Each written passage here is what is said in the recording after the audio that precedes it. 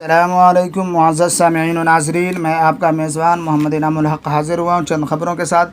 पहली ख़बर, 7 राज्यों में आग लगी हुई है, देश के पीएम खामोश बैठे हुए हैं, वो दंगा रोकना ही नहीं चाहते हैं। उसके आगे आप सबको जानते हैं। दूसरी ख़बर महाराष्ट्र से। महाराष्ट्र के एमएनएस के मुस्लिम नेता इरफान शेख राज ठाकरे के अज़ान वाले बयान की वजह से इस्तीफ़ा दे दिया है और पत्र में कहा है कि 16 साल बाद आपको अज़ान वाली बात कैसे याद आई।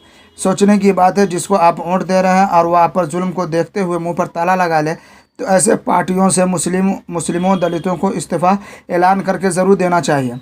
तीसरी खबर बिहार से। बिहार के पूर्व सीएम जीतन राम मांझी ने कहा है कि राम कोई भगवान नहीं थे। चौथी खबर इंदौर से। इंदौर के इमाम बाड़ा के अंदर जहाँ पे कलमा तैयबा लिखा हुआ था, उसके ऊपर भगवा आतंकियों ने भगवा झंडा लगा दिया। मुसलमानों खूब गहरी नींद में सो जाओ, जो अपने कलमे की हिफाजत नहीं कर सकता उसका ज़िंदा मर जाना कौम मुस्लिम के लिए ज़्यादा बेहतर है। पाँचवीं खबर एमपी से। एमपी के दो नेता दिग्विजय सिंह विजय वर्गीय के दरमियान ट्वीट को लेकर घमासान मचा हुआ है, लेकिन मेरा कहना है जितना साफ ट्वीट करते हैं उतना ही साफ भगवा आतंकियों पर और बीजेपी के बरपोले नेताओं पर और समर्थकों पर ट्वीट करते तो आपका कद बढ़ जाता। पहले इंसानियत सीखिए, फिर सच और झूठ में फ़र्क कीजिए, फिर ट्वीट कीजिए, न कि मुस्लिमों से नफरत करके ट्वीट कीजिए। छठी खबर यूपी से। यूपी के हापुड़ बुरहानपुर से, जहां रामराज है, जहां की पुलिस जिसे चाहे जब चाहे ठोक दे, इनकाउंटर कर दे, लेकिन यहां एक नेताजी की गाड़ी को चेकिंग के लिए रोका तो हिंदू वाहिनी के ज़िला अध्यक्ष ऋतिक त्यागी ने सिपाही को थप्पड़ जड़ दिया और बेचारा यूपी पुलिस उलझती और सुलझाती रही है। उन पर एफआईआर दर्ज कर लिया गया है। खैर, ऊपर वाले का शुक्र है कि कोई मुसलमान और दलित नहीं था, नहीं तो यही पुलिस उसकी चमड़ी उधार देती और आज भीगी बिल्ली बना हुआ है। खैर, उनका ज़ाती मैटर है, हमें क्या मतलब, लेकिन कुछ सच्चाइयों को सामने रखकर कुछ बताना पड़ता है। सातवीं खबर कोल्हापुर महाराष्ट्र से। महाराष्ट्र के कोल्हापुर की ज़िमनी इंतखाब में कांग्रेस के नेता ने 36 साल बाद जीत दर्ज की है। ये कांग्रेसियों के लिए अच्छी खबर है। आठवीं खबर ईसाई समुदाय से। ईसाई समुदाय ने कॉन्फ्रेंस करके ये जानकारी दी है कि धर्म परिवर्तन के नाम पर आतंक मचा रहे हैं हिंदू संगठन। नौवीं खबर यूपी के आगरा से। आगरा का रहने वाला मोहम्मद साजिद, यानी दो समुदाय के दो लोगों ने आपसी रजामंदी से शादी कर ली दिल्ली के अंदर बजरिए कोर्ट, तो उसकी खबर भगवा आतंकी ठेकेदारों को लग गया और उसने लड़के के घर और उसके पड़ोस के घर को आग लगा दी। पुलिस तैनात है। लड़की का नाम रितिका है और लड़के का नाम मोहम्मद साजिद है और एफआईआर दर्ज कर ली गई है। 10वीं खबर बिहार से। बिहार के पूर्वी चंपारण के कंडवा चैनपुर थाना के बड़वा गाँव में दारोगा सिंह नामी शख्स ने जहेज में भैंस न मिलने की वजह से अपनी पत्नी को चाकू से गूंथ कर मौत के घाट उतार दिया। 11वीं खबर हरियाणा से। हरियाणा के अंदर मज़ार तोड़कर भगवा आतंकियों ने लगाई हनुमान बजरंग बली की मूर्ति। मामला यूँ है, और ये बेचारा मुसलमान जो अपने भाइयों से और दीगर मशरक वालों से लड़ने में शैतान को भी हरा देते हैं, लेकिन अपने शायर की हिफाजत की बात है तो भीगी बिल्ली बने फिर रहे हैं। ये आग तुम्हारे घरों तक जाएगी, घबराओ मत। अपनी भी हिफाजत नहीं कर पा रहा है इस वक्त का बुज़दिल मुसलमान। 12वीं खबर यूपी से।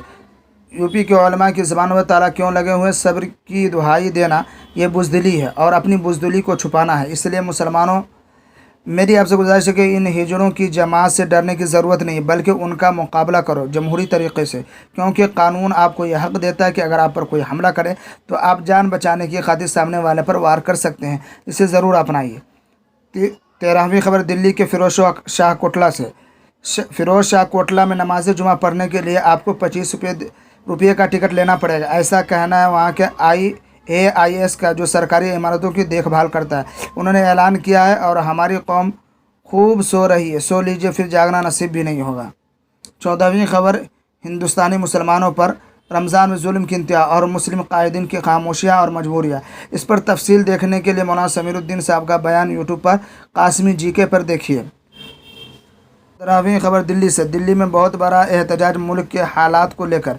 अब हम मुसलमान जुल्म बर्दाश्त नहीं करेंगे और नहीं करना भी चाहिए, क्योंकि यह आपका कानूनी और इंसानी हक़ भी है, देशभक्त और देश हित में भी है।